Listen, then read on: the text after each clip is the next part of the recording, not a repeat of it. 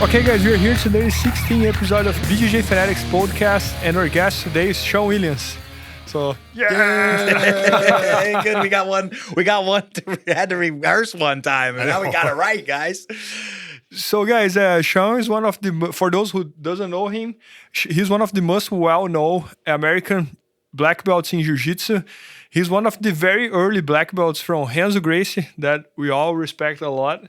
And you're the third or fourth? Or Yeah, American-wise, like, I don't know. You're going to count Danaher as an American? He has a passport. I know. I'm kidding. Something like the third and fourth. We got ours on the same day. So I think ahead of us because, you know, Ricardo was also, I'm an American, Almeida, but so maybe he could be counted too. So anyway, somewhere around the third to fifth, depending on if you count Ricardo Almeida and John Danaher. No, that's awesome. So, guys, he got his black belt on the same day as John Danaher. So which year was that, Shawn? That was 2002. 2002, that's all. I started jiu-jitsu in 2001. So there we go. You guys are old. Yes, we are. Very.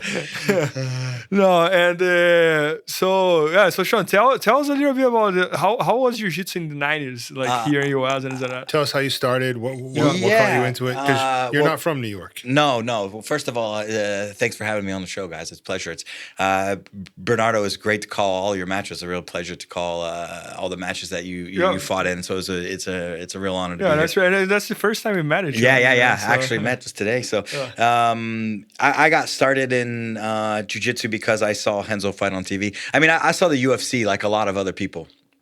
And I was doing karate since I was a little kid, but it wasn't my intention to go off and do martial arts. Just did it because I loved it. Really, it didn't even cross my mind until I was out of high school and into college and didn't really know what to do with myself, and like probably a lot of other people. I was off trying to play hockey, and that was not going as well as I would have liked. And so I saw Renzo fight on TV. When I saw Royce fight on TV, it made me realize, I was still in high school, it made me realize that there's some other martial art out there that's crazy effective. I mean, I saw UFC 2 was the first UFC I saw on VHS tape. And if you're not sure what that is, it's a tape that you put in a recorder and you hit play. You got it at a place called Blockbuster. Yeah. Again, I'm an old guy, as you say, but I saw him. I saw that fight, and it intrigued me that, hey, wow, there's something weird going on, because there was a karate guy in UFC 2. I'm like, oh, this karate guy's gonna kill everybody. He got massacred, and so it made me go, wow, that's pretty cool. Is that the one Royce kind of choked him with his gi? Yeah, that's right. Right. It was actually a lapel choke in the UFC. That's right. So that was pretty cool. And then, to make a horribly long story short, I saw Renzo fight on TV, and I really liked his style, because it was different. I was literally considering, like, I think I want to learn this jiu-jitsu stuff into my second year of college. And what are you studying, Shawn? I studied art at the time. Art? So yeah, it was I liked drawing. So my one of my early dreams was to draw for Marvel Comics. So I used to really love to draw superheroes. So when it was literally like, I think I want to do something different, I saw Renzo fight, and I liked how he fought. I thought he fought so much different than Hickson and Royce. He had kind of an attitude towards him. Yeah, that's the one he stepped on Ben Spiker's head. But that guy was actually a world-class judo guy, which is pretty impressive when you think about it. Yeah, I know. He collar choked him too. Yeah. Oh, that's awesome. And he fought that little Hulk guy, Phil Benedict. I don't remember if you know. He was a wrestler, maybe? Yeah, he was a wrestler. So he had a much tougher sort of run than Royce did in his early, like, as far as the opponents weren't great matchups for traditional jiu-jitsu when you think about it. Yeah, that's correct. And I just liked that he was versed on his feet, and he looked like a fighter. You know, I have all the respect for Royce and Hickson both, but they because I was a striker, that style wasn't appealing to me. Yeah. When they got to the floor was very appealing, but to enter with that front kick just wasn't appealing. To me, it was like, He almost did like a Ricky Henderson baseball slide to like a double. Like he did like a low double, I remember. To that Phil Benedict. Remember how he shot a double leg? And he took down a wrestler. Yeah. It was crazy good. Yeah, but he looked like he could kickbox and he was shooting doubles and things like this. So that was like, wow. And then of course, at that age, Bernardo, let me tell you, in the 80s and the 90s, there was a magazine here in the States called Black Belt Magazine. I don't know how big it was worldwide. You're probably like, I think it might. Does it still exist? Black Belt Magazine? It does. But at that time, like, that was the magazine of magazines. But it was for which martial arts? It was like for traditional martial arts, but yeah. There was like a time where I wanted to be a ninja, as I'm sure most of us did in the 80s. Anyway, ninja, because no one really knew at that time what worked. Yeah. Everyone used to talk about it. Who would win in a fight, Mike Tyson or Bruce Lee? Oh, Bruce Lee would have. We would have thought. Yeah, we didn't know. And what about the ninja? Not to get too off track, but I told you, Michael, when I get tired, I get silly. Like you did. Yes. But what about the ninja that came into the UFC too? Yeah, the one that Pat Smith elbowed in the head. Oh my goodness, that poor man. Yeah. But when I heard that he was a ninja, I was literally like, oh snap.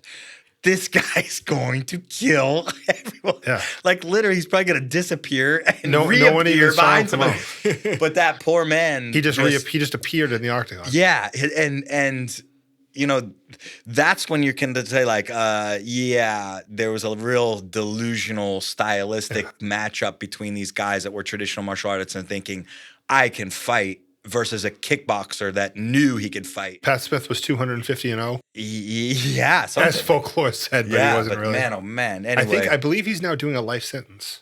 Is he really? Pat Smith, I believe. Jeez. Yes, I know we're broadcasting this somewhere, so I want to be sure, but I'm pretty sure. Yeah, well, he looked like a pretty rough dude. He was a pretty rough dude. Yeah. But so anyway. It was intriguing to me, and I saw an ad in Black Belt magazine that Renzo was going to be in New York City. That's where they were opening a school. Where were you living at that time? I was living in Indiana. I had just went to school upstate. I was actually going to school upstate at a school called Cortland University, which is like near Syracuse, upstate New York. And I saw that ad, so I went home for the summer after a World Combat Championship, and then I went out to New York to visit Renzo, and Renzo, he's such a nice guy, just so welcoming that I'm like, well, this is where I'm gonna go. I'm not even because I had mild intentions on like, hey, let me visit it's California. Who doesn't want to go to California? Let me go visit maybe and see Hoist or Higgins. As soon as I met Renzo, I'm like, no, this is where I want to go. That's the guy, yeah. This is the guy. He's such a good. He's just a everybody loves him. Man, That's the thing here. And that was it. So we at the time when I moved out there, I moved out in September to start school and to start college, and I started training there at we were 27. So you dropped everything where you were living and moved to New York City, and yes, I did. That's awesome. I went to college to borrow money to train Jiu-Jitsu because New York City is not cheap. So I thought, well, if I can borrow money and take out student loans, that would work very nicely to pay Jiu-Jitsu tuition. So what did you, did he used to teach the classes back then? Oh, yeah, every class.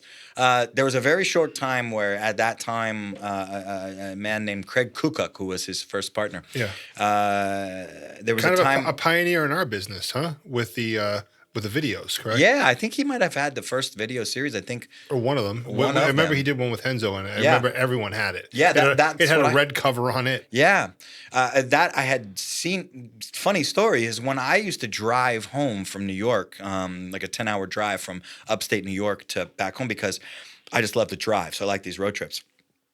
And one time I was passing this place in Pennsylvania that said martial arts DVDs. So I stopped, and I'm like, wow, what is this, I wonder? I stopped, and they had that series in that store for rent. So I rented them. Yeah. I rented them and went home, and I might have watched them over and over and over, but I ended up taking them back. I made copies of them. Let's just say, so, as we all did. Because you used to be able to buy a VHS with yes, two. Of course. Yeah. So and then I took them back on my way back to college, Yes. and I put them back. I gave them back, and so then I saw him like, wow, this guy's for real, man. It's for real. Like, I'm definitely going to New York. And so then I rented some videos in the middle of nowhere. They had that set. Oh, sure. So you are the type of guy who learned a lot watching videos. I always like to watch and study videos. Oh, yeah. I'm a big fan of study tape. Oh, yeah. And I absorb it. It's almost like a private lesson to the kid. It is. I now, of course, right now I have very limited time to watch a lot of stuff because I watch when I commentate. I watch prior to prepare, and I kind of catch up to prepare. But on the average, coming up, I would watch no less than 2 hours of tape a day. I think was probably being. Oh my God, 2 hours per day. Yeah, That's and awesome. back then it was not easy to get your hands on footage. Yeah. I had a good friend in Indiana, and he would send me videotapes from competitions from Brazil, and so then I would watch them, and yeah. No, that's awesome. 'Cause I always see like many times when I do interviews, people asking like, "What do you think you with BJJ Fanatics? What do you think about learning watching videos?" You know, and I always say that whatever you can do extra is gonna help you a lot. You know, Yeah. like, so I think watching videos is a huge opportunity you have to do homework. You know? So I think so. but I think anything you do, like if you take a private, it's gonna help Yeah. you. If you drill, it's gonna help you. If you row, it's gonna help you. But definitely, like watching videos is a very easy way. Right? You're at Yeah. home, you can just turn on a computer and watch it. So We found that most of the best guys watch a lot of film. yep. Yeah, it's not physical, so it gives your body a chance to rest while your mind stays active. I got it. You know, you can't train physically like 10 hours a day, but your mind can be working like without getting tired. If you're not stressed out, your mind can be in jiu-jitsu 8 to 10 hours a day. For sure. Oh, Shawn. So then you moved to New York. Which year was that? That was in 1996. 1996. Then in 2002, you got a black belt. Yes. And then you moved out from New York in 2005. Yes. And then you went straight to California, where you are now. Correct. Cool. Correct. So what were the classes like back then in 2000? A brawl fest, the fun brawl fest. So you know, we had no timers, no nothing. Renzo taught So every class. where were the classes? Like When I started, they were on 27th Street, right by 6th Avenue. Okay. And So on the west on the side. 5th floor. And A walk up? No, we had this amazing elevator that Okay. was just breaking. You just hoped that it didn't break into mid-floor. And was it an amazing Chinese guy that would sing to us all the way up? It's a Was blast, it a man. dedicated jiu-jitsu school or was it in another? Like, No, karate we school? had he had our own school, so that was it. Were the classes like only at night or No, noon and night. Okay. And so, So two classes a day. Yeah, I arranged my class school schedule so I could train both, and we had 1 hour class followed by as much training as you wanted. So you didn't stop until you were tired. But you told me there was a very unique pricing structure. Yeah, when I first Compared to started, now. I didn't do unlimited because I couldn't do it. You know, and I think that was largely, well, I don't know that was Renzo's doing for sure, but it was $25 a class. No And there was matter no what. and there was no option to get on a plan. It was just you paid. for No, the that class, was right? it. So if you were doing unlimited, And you would it was what quite like expensive. you would pay like just By before check. You could pay a packet of 14, I think, for $300. Wow. So that was what the price that back then. So I was telling Which is a lot Michael of money. earlier, it is, and especially to a college student. But I kind of understand as well because they were like selling gold, right? You couldn't find that thing you couldn't anywhere. find it, Well, you are right, man. That's a good point, Bernardo. It was gold. And back then, like a purple belt was like a celebrity. right? Man, you know, when I first started Matt And then you Serra, have Renzo teaching. I Man, know, that's gold. I know. You know, like- When I first started, Matt Serra was a blue belt and got his purple belt shortly after, and that was untouchable for me at that time. I'm like, this dude, these people that are purple belts are like, they're literally like gods. Like, they can toy around with everybody. Yeah. How am I ever gonna be that? It's not even to where Renzo is, but how am I ever gonna even get that? Like Renzo, you know? don't even want to think about. That's not No, realistic. that's not even realistic. But I mean, geez. but this is like another American guy. That's, Yeah. Yeah. So I'm like, that's I'm never funny. gonna be that. Yeah. But you just train, right? You just keep training, right, Bernardo? yeah. I'm sure you felt that, and now this guy's we're sitting across from multiple time world champion. So like, you never think that you're gonna be that, correct? You know, Shawn, maybe a weird question here for us. I see like Jiu-Jitsu here in America, one of the cliques was 2007 when the words moved here to US. I think that was explosion. Like, what was one other, like, which from the 80s, 90s, 2000, what was the time that, boom, blow up? Beside the 2007 thing. Like. Yeah, I gotta say, I think I lived in a bubble because I was so lucky. I didn't realize how lucky that I was when I went to Renzo's because we had the best guys coming all the time. So for us, it was just a normal occurrence that was just, this was normal. So like super high level jiu-jitsu was just something that was normal. And everybody's skills went skyrocketing like it was normal. And so, you know, when I competed, we had to travel. Competitions were few and far between, that's for sure. But I like I said, I feel like I live in a bubble. I don't feel like there was ever a point at Renzo's all of a sudden, like, there was always a lot of people. I mean, obviously the school grow over time, but there was always a core group of us. And I wouldn't say the core is that much bigger than it is, but there was a good core group of people that loved to compete and liked to fight, and we just brawled day in and day out. And who was the core? There were the guys that were ahead of myself were Matt and Nick Serra, the Serra brothers, and Ricardo Almeida and Rodrigo Gracie. Obviously, you know, Renzo, that's without being said. And then there were guys that were, and John we were the same, at the same belt level, more or less. So you and John got your black belt on the same day? Same day. Wow. Same day. We used to train pretty much every day together. And people don't really talk too much about Almeida, but he was... Dude, he's so good, man. I mean, even his competition record is incredible, right? Yeah, he did one of the nicest matches I ever saw in my life. Him against Jacaré, no gi in the ADCC. That match was... sick. 45 minutes of craziness. And they were going against each other like... Yeah, no, he's very talented. He was very, very talented, very technical, and his game when he would teach. Like I have a notebook of everybody's name when I'm a big note taker. I'm an advocate of taking notes, so I have this notebook when you're on the mat. Right now, not per se, but I like to have that habit. But I have a notebook at my mom's house that has the name of everyone who taught the class, every class I went to at Renzo's. And his classes were always the ones that were like I learned like all the crazy lapel stuff. He was more of the sporty guy back in the day, you know. Which guy is this? Ricardo Almeida. Ricardo, okay. Yeah, and but he's amazing. I mean, he had a great UFC career, but also ADCC. I mean, medaled. It's outstanding grappling. Medaled more than once, I believe. I think so. Wow. I think 2 times if I'm not mistaken, but I could you know, it's been a while. And Rodrigo was a world champion too, right? He's a guy like, you don't really see him around these days. Yeah, right? he was. I'm thinking that he was. Now I'm questioning myself. Abu Dhabi champion as well, right? Or was he second?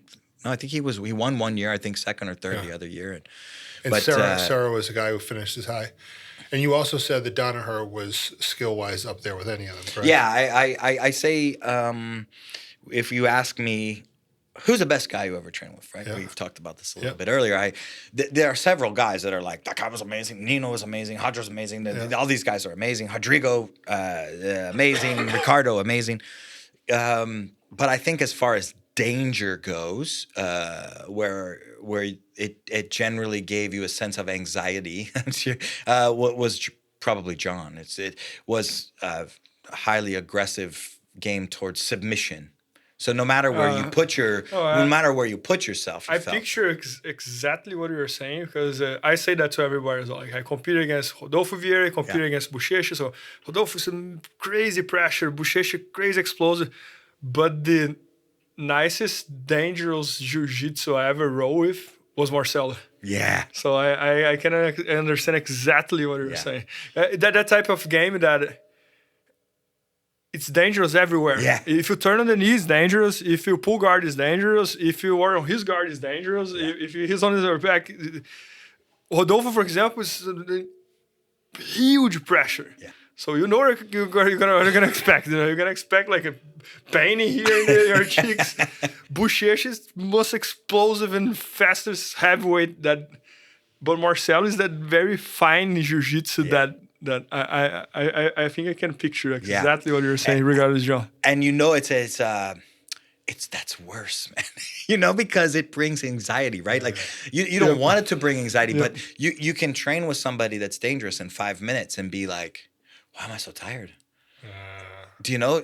Because there's a sense of anxiety that doesn't necessarily exist when someone's trying to pop your head off. Like you said, it's pressure and it's pain and it's but it doesn't create a sense of anxiety. He wasn't a leg lock guy back then either. Oh, well, wait a minute. Wait a minute. Was.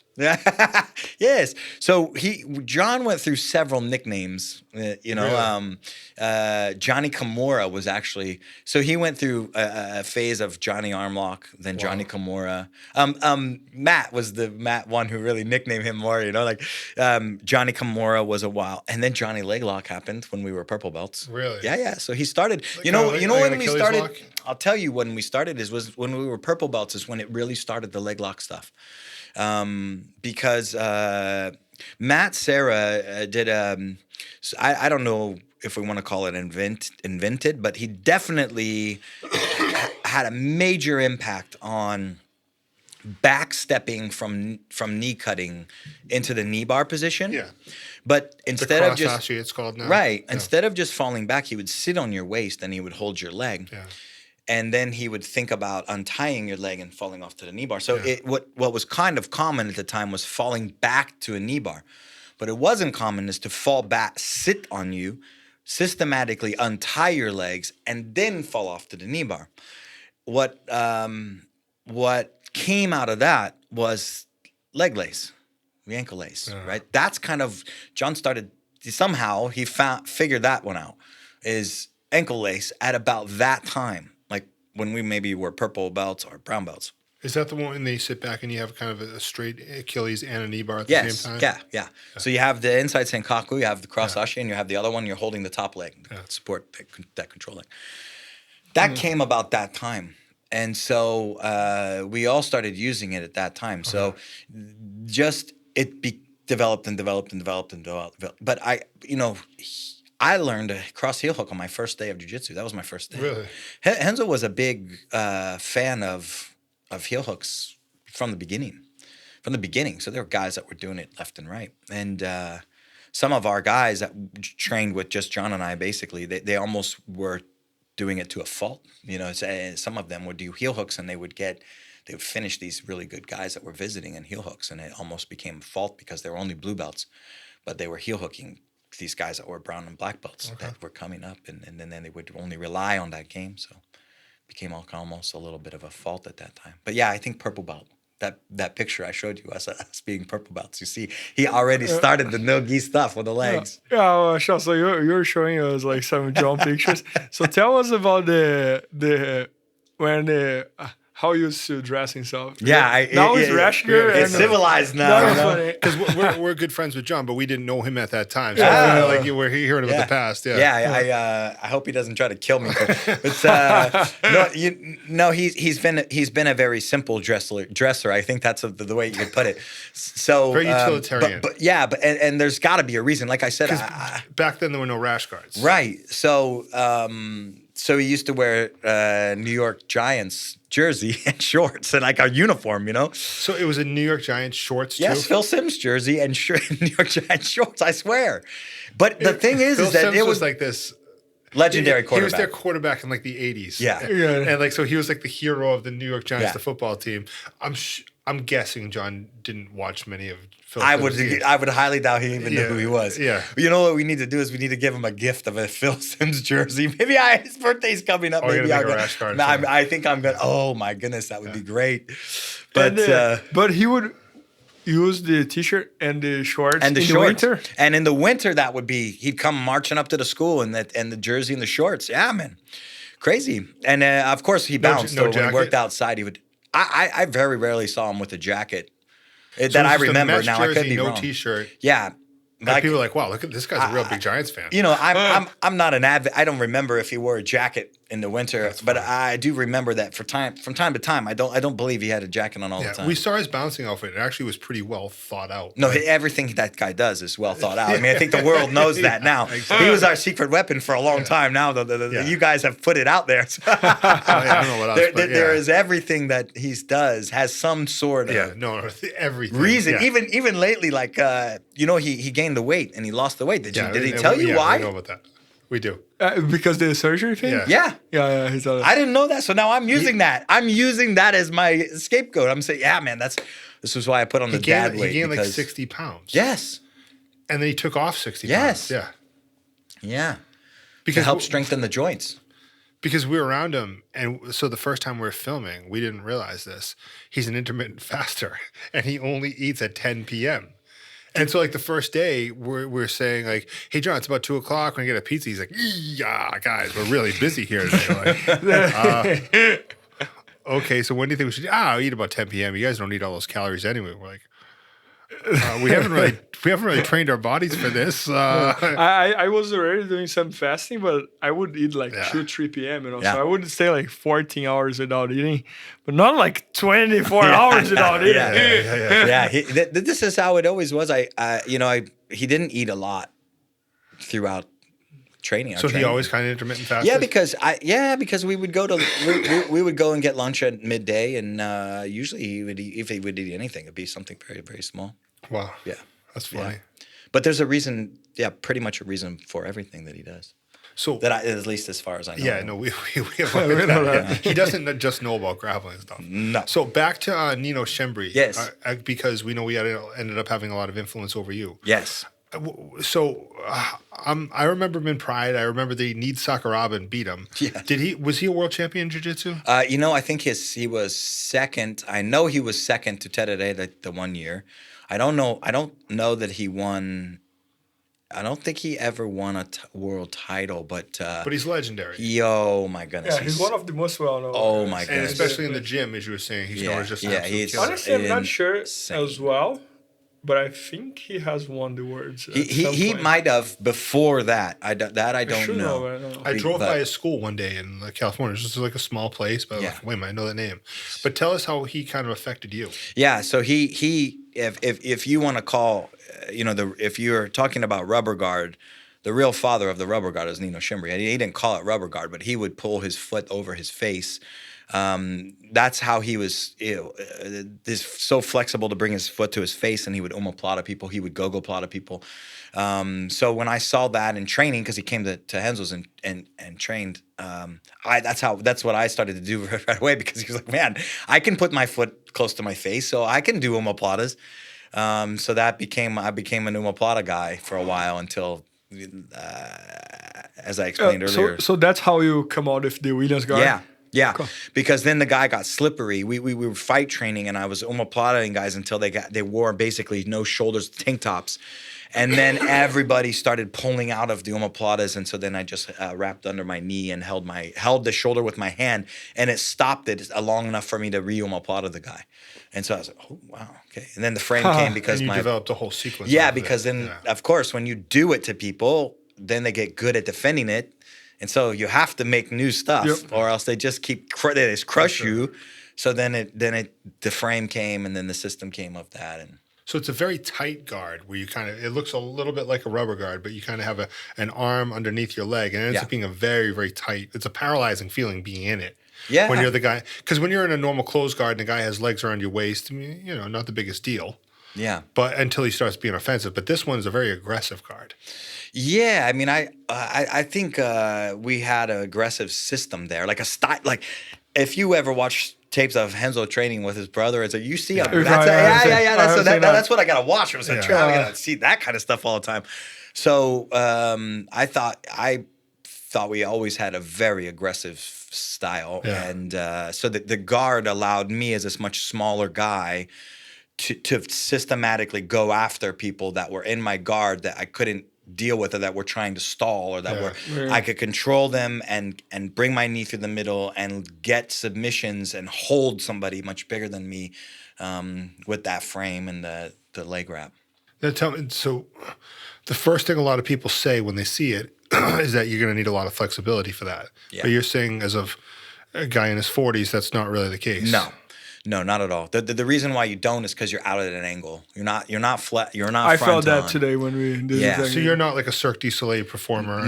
No, and especially these days. Do you find yourself to be even very flexible? I mean, I'm moderately flexible. I used to be highly flexible, but it still didn't like to rely on it. When you, in my opinion, when you start to bring because it's not only just a flexibility thing. When you use flexibility to get into a move, you usually compromise some sort of space. And when you pull your leg up to your face and you're straight on, there's a huge space. There's a big space under the knee that happens, and the shoulder slippage can happen. And so people can pull right out of it. Yeah. And so there was more of a concern for me that what's a more effective way to get an omoplata and to get these things to work rather than having people just butt up in the air and yank out of my guard, like put their head down, put their hands down, and then yank out. And it so happened that because of that, you don't need a lot of flexibility at all for it. Cool. Yeah. And it's because it's kind of an old school position, but sort of a new twist on it, per se. Yeah. It lets guys be really aggressive from the closed guard. Yeah, absolutely. Oh, Shawn, so your main position was always closed guard? I wouldn't say that. I would just say I was small. I weighed about 155 when I was that age. Yeah. And I couldn't sweep Matt Serra because he's like a cat. I couldn't get on top of Ricardo. I couldn't get on top of Rodrigo. I couldn't get on. So I was forced to play the bottom. And so you're forced to try to, at least I could maybe get to my guard with those guys.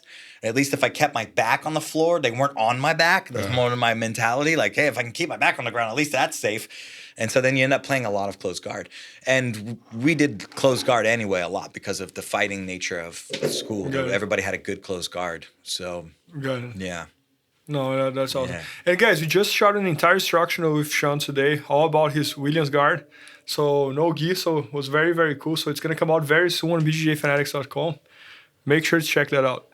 Sure, that's not the only position you've mastered. You know a couple of other ones real well. I know you know Jiu-Jitsu very well, but a couple specialties for you. Tell us about near side underhook passing. Yeah. What does that mean? So I saw BJ Penn was the guy who inspired me to really go nuts with it because I'd seen him use it before, but I didn't see him use it a lot. He just did it one time. I saw it and I'm thinking, I wonder why that's so good. So I started playing around with it. This was back in like 2005. And it became basically a system the same way. So picture if we're in half guard and my right leg is trapped, then my left arm will be the underhook instead of my right arm.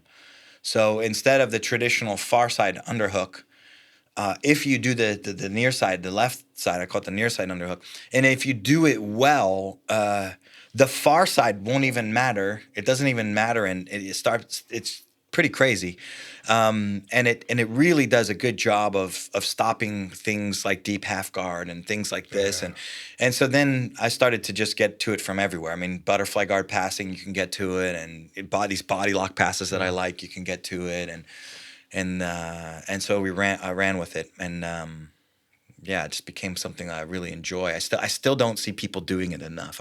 I think it's one of those positions that, because it's very finicky, that you have to be right on the money with your weight, or it feels like it doesn't work at all. It's one of those fine lines. I saw John's reverse triangle where he says, this is either the best triangle you've ever had or the worst. It's the same. It's either if you lock it in right and you have your weight right, it leaves people feeling helpless. And if you do it just a little bit off, it leaves you feeling like, why am I even trying? But I notice a lot of people, they get into half guard, they're trying to pass half guard.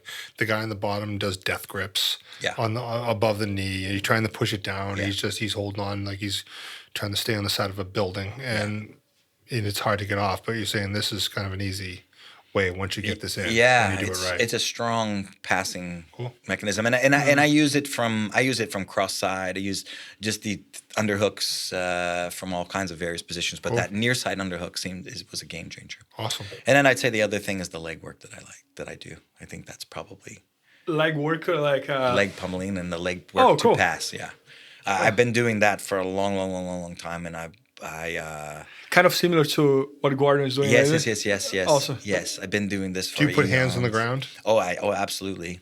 Okay. Absolutely, and so I've been doing this for a very, very long time, and I feel like I have a whole system for that, and I believe in it a lot. I'll show you later. Yeah, I'd love to see it. How easy it is to slaughter the knee shield with leg work. Really? And do you Don't kill me, Craig Jones out there. But I'll show you. Do you use for gi as well, or only? Yeah. Everything. I show you because the knee shield is a position that can be so good, but I'm going to show you how to get out of it easy. Really? Yes. That's with awesome. good timing. Oh, that's awesome. Yeah, because I have That's a bold statement I just made, but it's true. I have a guy that I trained with today that always kills me with deep half and knee shield. So Okay. I don't know any of them. Holy cow. yeah.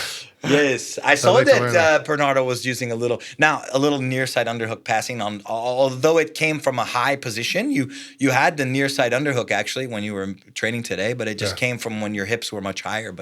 And then you got double underhooks, and then That's a problem. yeah. Oh, that was a good training. But any other question, Michael? What do you? So tell me this: what is the difference that you see for someone who does well in jiu-jitsu and someone who just kind of always flounders along? In what respect? In training? What are some of the differences you see in attitude and the way they train? What would you say to someone who's looking to get better? What would you say is going to make the biggest difference? I'd say, because I think it's relative to your goals, for number one. For sure.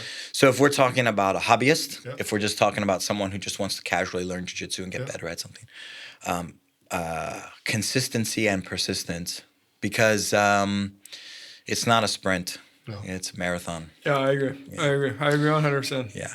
And I think just training as consistent as possible, you're going to get better. Yeah, I was talking with someone about that these days, like that. In my opinion, the most important thing, I'm not talking about the one who is doing that for a living to compete in 20 words. Right. The guy who does for hobbies. So not stop. Yep, that's it. And even like if you train 5 days per week, and you feel like quitting, don't stop. Train one time per week, once a week, but don't stop. Because when you stop, that's the problem. Like when you come back, you see the guy who was white belt, higher belt than you. The one that you used to beat now is kicking your ass. Yep. Now your body is weak, you get injured quicker, and then it's a mess. Yep. So don't stop. Don't stop. I say no. Skill sets can be learned by anyone unless it's a physical skill set, right? So if gymnastics per se, like gymnastics is a very highly physical skill set. If you didn't start early, or you are not healthy, or you're not strong, learning gymnastics might not be for you. Doing a front flip or iron cross. Gymnastics would be for me. Yeah, so you might struggle to do an iron cross or a backflip, right? Jiu-jitsu is not physical. That sounds like the most ridiculous statement ever. But it is not a highly physical skill set to learn. It is simple to learn. What is not simple is executing it on an unwilling training partner. That's not simple. No. But the moves of jiu-jitsu, because they have good teachers, they're not hard. There's no real hard moves to learn. And if those hard moves exist, they don't need to be in your game. Just the situations happen fast. Yeah, of course. Training it and doing it, like if I wanted to try to do a move on Bernardo, that's going to be hell. It's going to be hard. but if I had to demonstrate to you the move that I wanted to do and I could do it in a drilling format, I could do it.